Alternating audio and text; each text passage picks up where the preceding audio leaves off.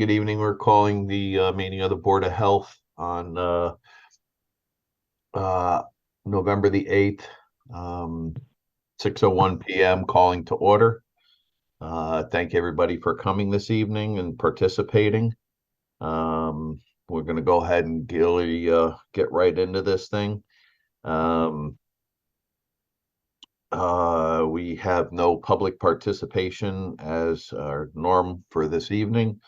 We will move right to agenda letter C, which is approval of the minutes from the previous meeting, which I will go ahead and motion to approve. I will second it. Okay. Lax, I'm in favor. okay, and Amy. I'm in favor. Seeing as though you wrote it, I would hope so. Okay, so that With Barbara's help, of course. oh, absolutely. Everything is with Barbara's help. Are you kidding me? I know the way it works there. Okay, so that carries unanimous. I will now turn the meeting over to Amy to discuss our activities for the last couple of months. Go ahead, Miss Amy. Thank you. All right, awesome. So the last time we met, I talked to you about that we were attending the Senior Center's Health Fair. We were doing a Know Your Numbers campaign. It was very successful. We also had the Trumbull Health Department come in and do high-dose vaccinations for the flu for the seniors. And I think we had almost 25 or 30 seniors who took advantage of that. So that was very exciting. The Commissioner of Public Health for the state did come down and visit with me and some of our other staff for a morning in October. Not a whole lot from that visit. I did ask about per capita and how it would, maybe one day come to the smaller towns. And she told me in no uncertain terms that that was never going to happen. So other than that, she just kind of mentioned in passing that, the grants are pretty much at the end now, coming from the state with all the different COVID fundings and money coming out of that. So we are nearing the end of those grant funds. And she took a look and saw what we were doing. We talked about some of the programs we were running, the child vaccination program that we're working with. And so she was here for probably almost 2 hours. Okay. And then on November 20th, there is a speaker coming to Massac High School, Chris Aaron, I can never say his name right, to talk about opioid awareness. And so we will be having a table there to do some health education pertaining to opioids, but also talking a little bit about cannabis and edibles and locking them up to make sure that children aren't getting into them at all. So we will have a table at that presentation. So we're kind of excited to see how that goes. For our environmental health report, we're still right on track. We're staying current with our routine inspections. We're staying, up to date on all of the stuff we need to be doing. We're still getting septics coming in, even though it's getting cold. But we're still seeing a good amount of septic work still occurring. Typically, that'll start to quiet down right around the holidays. And then our revenue is also right on track for where we should be, almost halfway through the year. Our big revenue items are our restaurants and our salons, and those both come in within the next 6 months. So any questions on the Director of Health items? They all looked okay to me. Go ahead, Mike. No, it wasn't me. I didn't say anything. Everything was good. Oh, sorry. I think it was lax. Okay. Amy, quick question on when you're doing in the Massac High School, are they doing any kind of education with regards to the Narcans or? They are not I don't think they're doing anything with Narcan. Adam might be there, so they may talk a little bit about Narcan. We're going to be giving out some medicine disposal bags and a medicine lockbox. So we're focusing more on the locking up rather than the treatment of an overdose. The speaker is a former NBA college athlete who became addicted to opioids after surgery. So that's it. So the whole idea, I think, is more of prevention before you're trying it rather than the Narcan. Okay. All right, that's fine. Okay, thank you. You're welcome.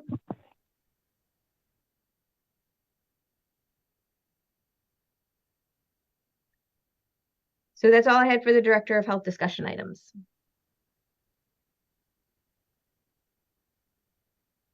All right.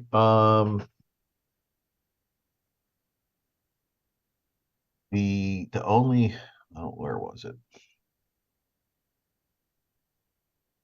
Oh.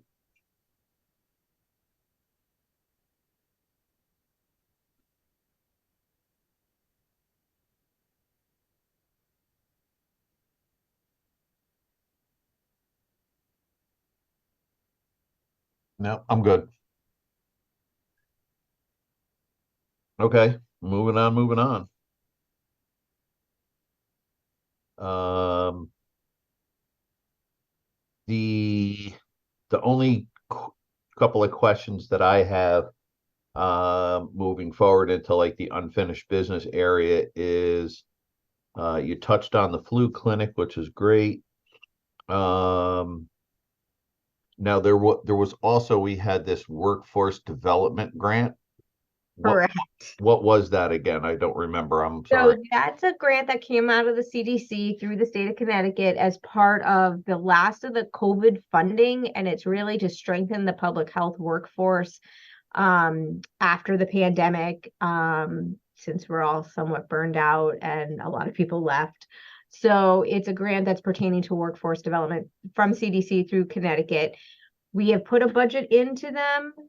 We are now waiting for a contract, which is taking a really long time. They are supposedly mandated by CDC to get the money to us by the end of November. We may run into some issues with that because of the way our council meetings are falling in the month of November with the election and the change of leadership. So I'm not really sure how that'll play, but I anticipate that that will be resolved sometime in December either way. So that money is coming in. It goes until, I want to say 2027, and it's a lump sum payment at the beginning. Oh, okay. So All right, cool. Okay, good there. So can move on to just a quick overview of the budget that we're looking at. sure. So what I sent out was just the revenue report. The budget side of it is just about going to stay the same. There may be a few changes with community health education, depending on what projects and different programs we may want to try for next year. We're having a staff meeting next week to talk about anything for the following year that we may want to try that may result in some additional funds being needed. But as of now, I'm kind of projecting a pretty consistent budget with the previous year. I did change my revenue a little bit based on the trends of the previous years. Just so that you all know, I'm kind of a data geek nerd, so I really get into tables and graphs. So I actually graphed it, but it didn't turn out right, so we stuck with the table. So this shows all the different revenue in the categories from when the health department was formed after the district disbanded from 2016 up until current. I did both an average and a median for both of those numbers because those COVID years did kind of throw things off a little bit. And then based on that, you can see the projected for this current fiscal year and then what my proposal would be for the following fiscal year. That would start in July. Some of the numbers are staying the same, like the food service numbers stay the same because that's kind of how many places we have is how many places we have. So Agreed. those kind of the numbers are the same. Some other numbers did come down. The food reinspection fee came down because of the change to the FDA. Now that people can correct things on site, we are going to see less re-inspections than we had previously seen in the past. Yep. Okay. And then other than that, most of the numbers were pretty close to where they have been or are pretty close to the average or median. Yeah. As I was looking at them, it looked like you either kind of went very close to the average and or what we actually did in 22-23 fiscal year. Yep, that's pretty much what I did. So I'm not sure Okay. because it's my first time going through this. I don't know if you guys vote on this or if this is just kind of informational Well, or. right, at this point, this month, this was just to kind of get an idea of where we are, and where your headspace is as far as, kind of what you're going to expect, come next fiscal year. Next month, you have to present the budget to us, and then, yes, we will vote on it at that point. Um, and then obviously you then, forward that on to first selectman, who then goes to council, obviously, Okay. eventually. So, this was, the reason we kind of start this a little bit earlier is a few years back, we ran into a problem. We had to have several special meetings, which was just a total bummer for everybody. Had to take extra time out of their day and whatnot to try to figure out, all right, well, we had change in fees and change of this and change of that. So rather than trying to figure all of that stuff out and then go past the date, Mhm. because obviously this has to get to first selectman's office by what, like the 3rd or 4th or something like that of January. Uh, that's how it's been previous. With a new administration, I'm not sure if that changes or not. But I I know don't think so. I think it's more of a charter thing. okay, I know that I came in on December 19th and my budget was due like January 2nd. Yeah, yeah, exactly. Right. I don't know if it's going to help, but obviously we all know that Ken kind of founded this and it's kind of like his baby. So I don't know if you can get it to Ken or not. Might help you. I don't know if it's helpful or not. Yeah, I'm just waiting. Last year, what they did was they sent out like the formatting of how they wanted it. And so it was kind of like you look at your numbers and then you plug in what you wanted for your proposal. I just don't know if I will have that by the time our next meeting is. So I could go back and just take last year's and just use the same format and then change the dates. Yeah, so just looking at this as again a quick overview, um, you want to, numbers wise, for income, for revenue, you want to go with the budget of this 83,415 number. Mm-hmm. Um, Obviously the other parts are obviously going to be whatever the expenses are, salaries, cars, all of that kind of thing. And those numbers you'll obviously have to fill into the budget numbers that they'll give you to format next month. And then January, February, something like that, once it's kind of, budget has kind of gone a little bit further into the process, we can then actually, typically what we did was actually then vote on getting a new fee schedule, because I know we had kind of talked about that the last time. We voted on the fee schedule because that's actually Correct. going to council on Monday. Right. No, I understand. Okay. I'm just saying the typical is that's, if Oh, we decide okay. we wanted to change fee schedule, we did last month just because you had those additional items that you wanted to get put into there as well. So Yeah. that's why we kind of fast forwarded the whole, the whole process, at least on that portion. Did council actually approve that yet? No, it had gotten postponed because the Okay. last meeting was kind of canceled a little-ish. Okay. So it's on the agenda for the 13th. Okay. All right. Um, okay. So if at this point nobody has any real questions pertaining to the revenue, which is obviously the hard numbers that we have in front of us, previous and then proposed for next fiscal year. The only last item that we actually have on here is actually just a meeting schedule. Um, Amy and I had talked about potentially taking some of the meetings off of the list. And at this point, I think we should probably just leave it the way it is. And the reason I feel that way is we can always just cancel a meeting with no problem. But to add a meeting in is a little bit more problematic. It's a little bit more paperwork wise. We obviously have to file new stuff with the clerk and different things. So it's very simple for me to just cancel a meeting. So we'll kind of play that by ear.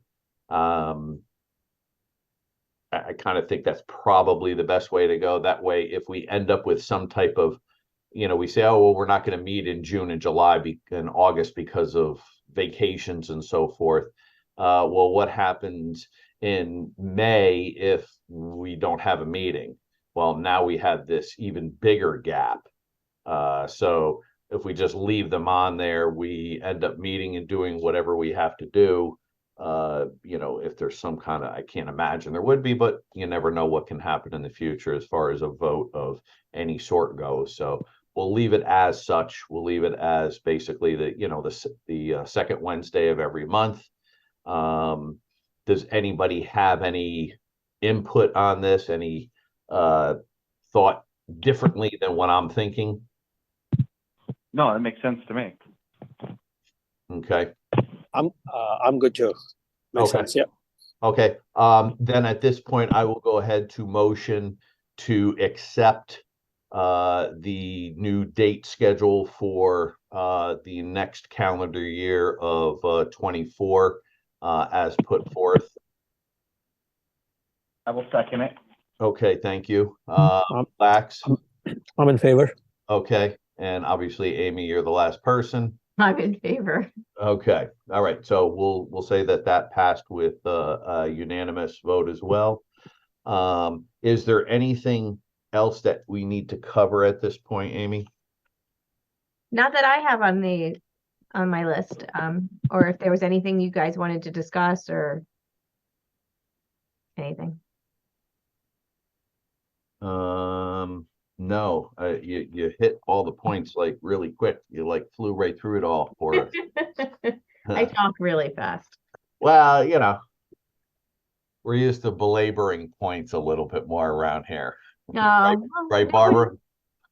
Right. it's no fun. It's definitely gotten faster since COVID. When we were in person, it definitely took a lot longer. Oh yeah, for sure. For sure. That's it.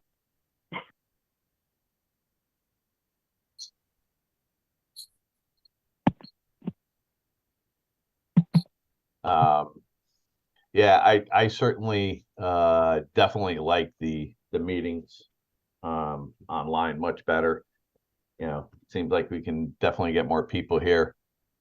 And nobody has to take quite as much time out of their schedule to kind of attend them. They can log in from wherever they are. And Barbara, you don't have to be there. You can actually be at home or something.